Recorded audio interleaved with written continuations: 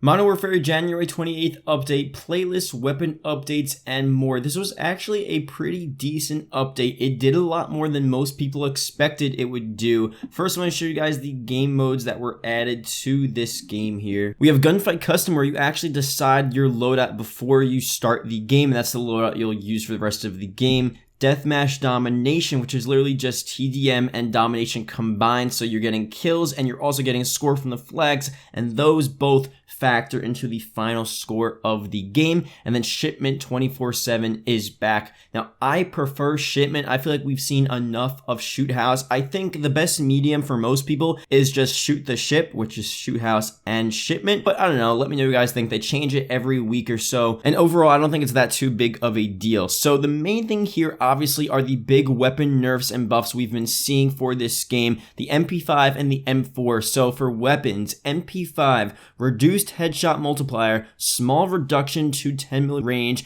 M4, small damage decrease to reduce headshot effectiveness, small range decrease. The first gameplay you'll see in the background is the new MP5 gameplay after the nerf, and a bunch of people are testing it to see, is it actually completely nerfed or is it still pretty good? Someone asked Carnage J God, what about the MP5? And he said almost no difference, removed 2-shot kill potential within 10 meters. And now in the background, you're going to see the new M4 again. Someone asked Carnage J God a question, did they actually do anything to the M4? And he says almost nothing in my opinion. So again, this is just one example that I decided to take. Let me know down below, use the MP5, use the M4. Is it that drastically worse than it was before? I mean, personally, I tried it. I don't really think so. I think it is noticeable, especially with the M4, maybe the MP5 not as much, but it's not like this huge nerf like we saw with the 725 shotgun back a couple of months ago. So if you're still worried about using the M4, if it's completely unusable, it's still usable. Same thing with the MP5.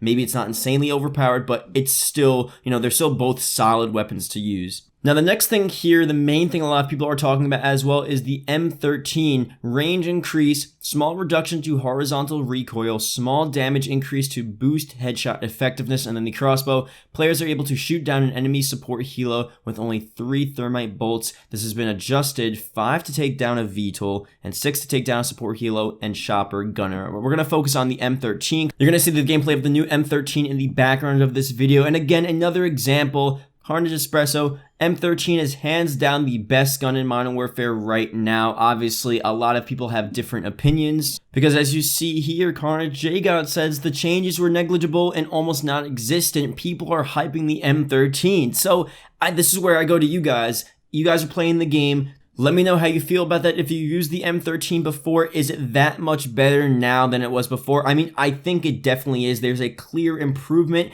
Now, if it's definitely like a huge leap forward, I don't know about that yet. I didn't do any actual testing, but just from playing the game, like most people normally playing the game, you could tell it's definitely a lot better than it was before. Now, it seems like this is going to be one of the last pretty big updates with decent changes to the game for Season 1. We have 2 weeks until Season 1 is set to end Tuesday, February 11th, and that would bring us with Season 2. I'm going to make a separate video talking about this. I've been making videos so you guys know how it works, but just to add this here, Season 2 release date, with Season 1 set to end after a 10-week lifespan, it is presumed that there will be a straight swap of the baton, meaning that Season 2 should start on Tuesday, February 11th to coincide with the first season's end, which I don't know if you have to assume that, because maybe they're going to have that sort of week of just limbo where they're hyping up Season 2 and then Season 2 will start the next Tuesday after. It seems like a bit much for Season 1 to end Tuesday, February 11th, 12:59 p.m. Eastern Time, and then for Season 2 to begin Tuesday, February 11th, 1 p.m. Eastern Time, right after. I feel like that just wouldn't really work too well. Obviously, they could do it, but with Infinity Ward and Modern Warfare, the issues that they seem to have with these types of updates, it seems like it would be in their best interest to have that week just to get that update ready. Maybe they're doing it right now. Maybe they're really finalizing Season 2. It's all ready. No glitches, no bugs, no crazy update crashes, and we'll be good for Tuesday, but, who knows what happens. So hopefully it comes out and we're good. I'd rather it come out Tuesday, February 11th. I mean, I don't mind waiting a week later, but again, we'll just have to see what happens. So thank you guys for watching. I'll see you guys later. Goodbye.